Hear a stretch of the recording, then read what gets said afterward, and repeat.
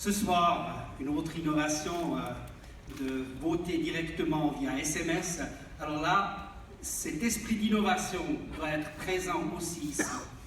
Mais vous avez mentionné 25 ans, c'est quand même important. Et le philosophe allemand Marquardt a une fois dit « Zukunft braucht Herkunft ». Alors l'avenir a besoin d'origine. Et là, j'aimerais quand même faire un hommage à mon cher prédécesseur à la direction et qui est en fait le père de ce prix à l'innovation. Et je prierai Michel Pittet de venir chez moi sur scène et avec votre applaudissement parce que c'est vraiment lui qui a lancé ce... Michel, merci infiniment. J'ose prendre votre rôle un peu. Merci infiniment, Michel, d'avoir créé ce prix à l'innovation. Dis-moi, quel était ton rêve quand tu avais réalisé cette idée, quand tu avais lancé cette idée il y a 25 ans? Merci. Tout d'abord, bonsoir mesdames et messieurs. J'aimerais vous tout d'abord aussi féliciter d'ores et déjà les finalistes et les gagnants de ce prix à l'innovation.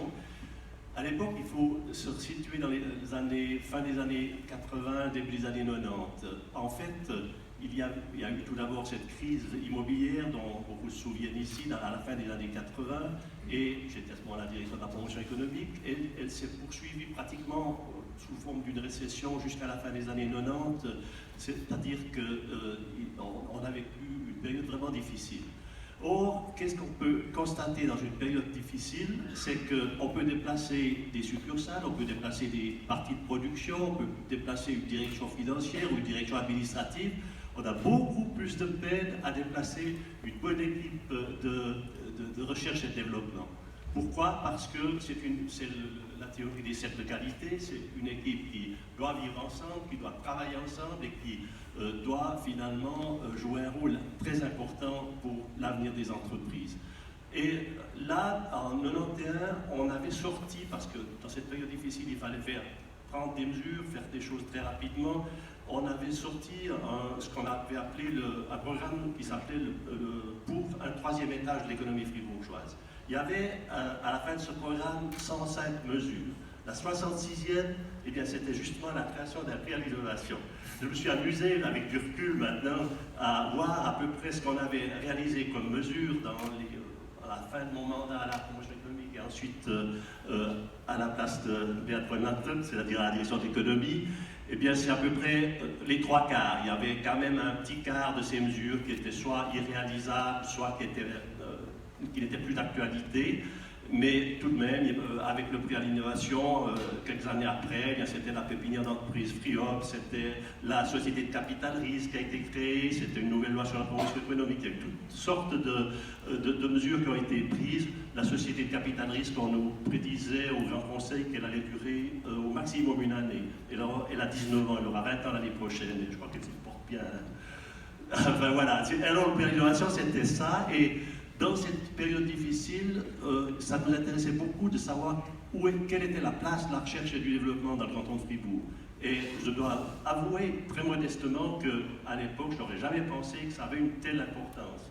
Or, encore une fois, on peut déplacer beaucoup de choses, mais une équipe de recherche et développement, si elle est performante, c'est plus difficile. Et j'aurais une toute petite anecdote à ce sujet-là. Au début du siècle, j'ai plus l'année en tête, parce que je crois que c'était 2004-2005, il y a probablement là des représentants de Saya Burgess qui avait fait un management buyout à l'époque, ensuite ça avait été repris, il y avait deux groupes en concurrence, un groupe japonais j'avais un informateur qui était dans une mauvaise situation financière et qui aurait probablement fermé l'entreprise rapidement, et puis il y avait un groupe chinois qui était Johnson Electric. Et là, en 2006, je suis allé trouver le patron de ce groupe, qui était en même temps l'actionnaire principal, avec sa sœur, c'est M. Wang, à Shenzhen. Et évidemment, mon souci était qu'on garde cette équipe à Mora et qu'on ne déplace pas des emplois. Et là, M. Wang m'avait dit, écoutez, on ne déplace pas une équipe de recherche et de développement qui gagne. Et pourtant, à l'époque, il avait présenté le responsable de sa recherche et développement à Shenzhen, c'était 2000 ingénieurs, donc il avait une équipe immense. Et il m'avait dit non, c'est une tête de pont en Europe, Saya Burgess, enfin maintenant c'est Johnson Electric, on doit garder ça et on va encore développer, et je crois qu'il l'a fait. Enfin, et Saya Burgess avait gagné le prix à l'innovation une année, je ne me souviens plus laquelle, mais ça fait déjà pas mal d'années. Peut-être qu'elle l'a regagné par la suite.